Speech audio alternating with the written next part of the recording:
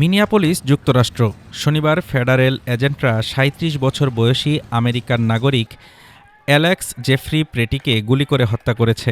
ঘটনা শহরের কেন্দ্রস্থলে ঘটে, যেখানে কয়েক সপ্তাহ আগে আইসিই এজেন্টের একটি হত্যাকাণ্ডের পর থেকেই উত্তেজনা বিরাজ করছে।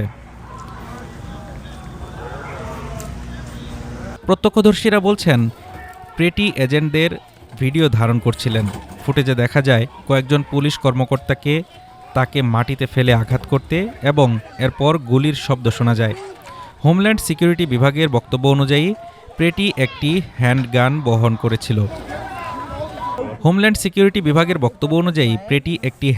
গ্রহণ করছিল এবং এজেন্টদের সঙ্গে প্রবল প্রতিরোধ করছিলেন, যা আত্মরক্ষার উদ্দেশ্যে গুলি চালানোর কারণ হিসেবে বলা হয়েছে।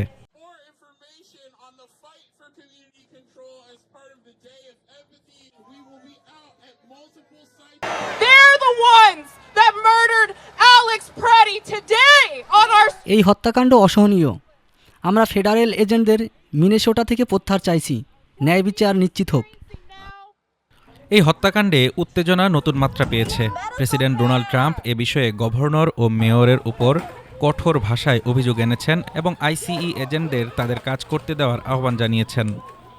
এ মাসের শুরুতে আইসিই এজেন্ট এক মা রেনি নিকোল গুডকে গুলি করে হত্যা করেছিলেন, যা শহরে ব্যাপক প্রতিবাদের জন্ম দিয়েছিল। পরিস্থিতি এখন অত্যন্ত সংবেদনশীল। মিনিয়াপোলিসে উত্তেজনা এবং সহিংসতা বাড়তে থাকায় শহরের নিরাপত্তা ব্যবস্থা জোরদার করা হয়েছে। Desk report, Dhaka today.